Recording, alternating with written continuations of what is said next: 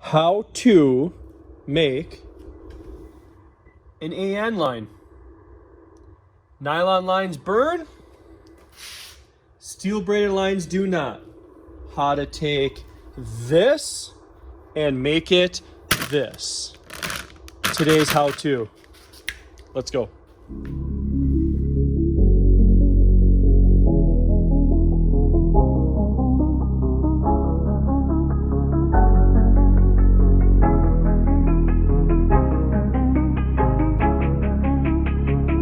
One thing that needs to get talked about is what's proper for different lines in your car. This is an ASMR video.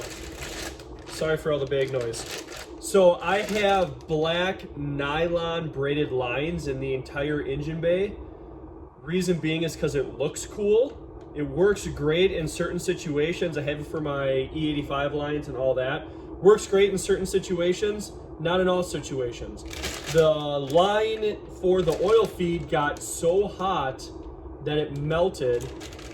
I literally had to cut it off at the track, rebuild the line, put it back on, which isn't needed. Steel braided line will take care of that. This is the way to go. Vibrant Performance always makes amazing parts. I use them on everything in my car. Togi Factory is the hookup. They are a Vibrant rep. They're in Chicago. Hit them up. Fast shipping, get the proper stuff. I'm gonna take all this junk off the car and then I'm gonna show you how to make an AN line. So let's get it. All right, this is why we always check what we're doing and double check. I go to take out the top fitting, boom, breaks, need a new fitting. Bottom fitting still looks great, clean, and proper, okay? I knew it was melting on the top. You can see how nasty that is. All melted, right? We cut it off, Band-Aid fixed it. We're able to survive and compete at final bout. Look at what I didn't realize. The area that runs past the header, the turbo manifold, you can see how bad and melted that is. So I'm going to run this line a different direction, knowing this. I'm also gonna go through the stainless, but I'm going to run this line a different direction because this is not good, nor is this safe.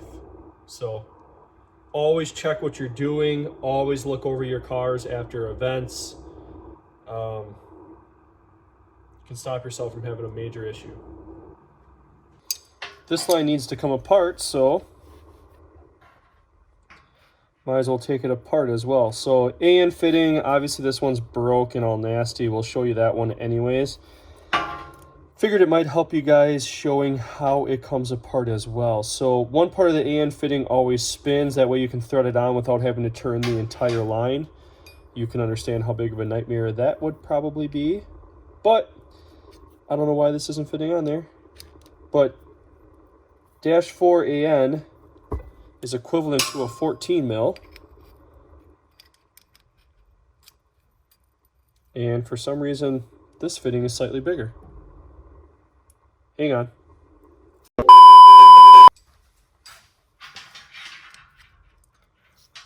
Oh.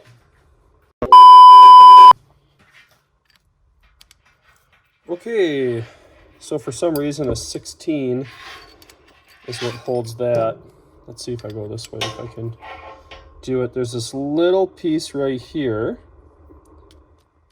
that you're gonna slide on to loosen it up.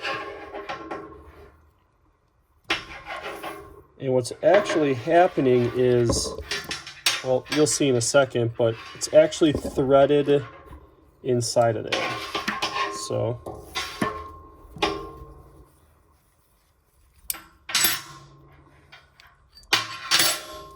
So you see those threads?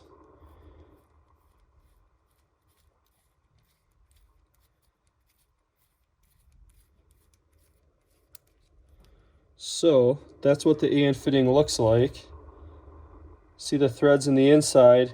And then that little black part, that's actually the hose. So this, it's always hard to get off.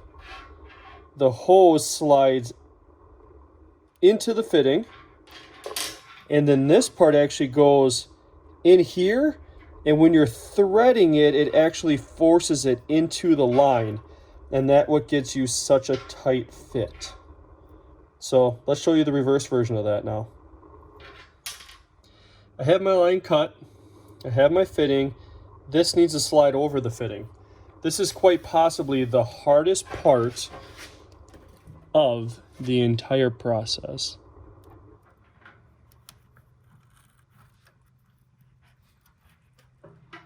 Because once you get it to go, all it wants to do is spiral what's there.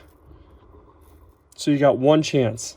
If you don't get it in the first shot, pretty much got to cut it. Okay, so you can see that there's still a gap there. I know it's hard to know without doing this before, but there's a gap there. So I have to keep pushing that on until that gap is satisfied. Closer, maybe all the way there.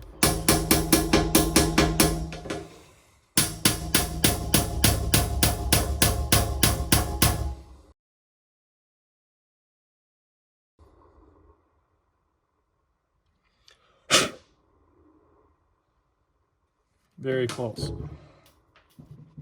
All right. We are there. Now, the next part is getting this to go in there. You can always get it started. The biggest thing is making sure it doesn't back its way out. This is my trick. Take a piece of tape and I wrap it around this end.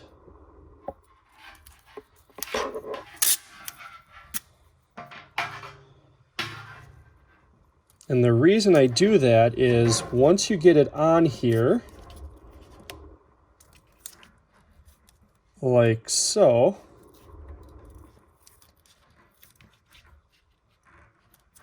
I push it down like this. And is this going to hold it? Absolutely not. It will not hold it. But what this does is this, if it starts to push or pull away, it's going to wrinkle a bunch. And then I'll know if I'm making a mistake.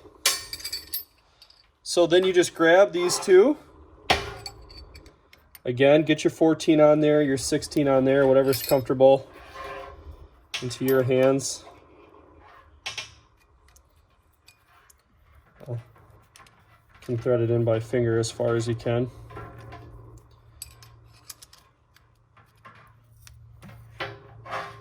And then I hold the line, hold the wrench, hold the fitting. I start spinning the two together.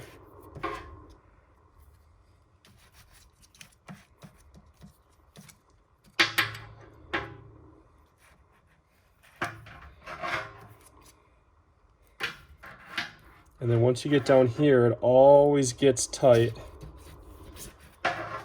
But you gotta make sure that you put these two together. That's what will assure you, one, high pressure, and two, no leaks. So I'm gonna switch to this way now so I can see what I'm doing.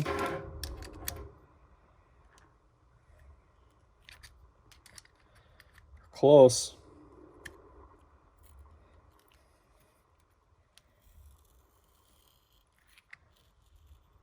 There we go.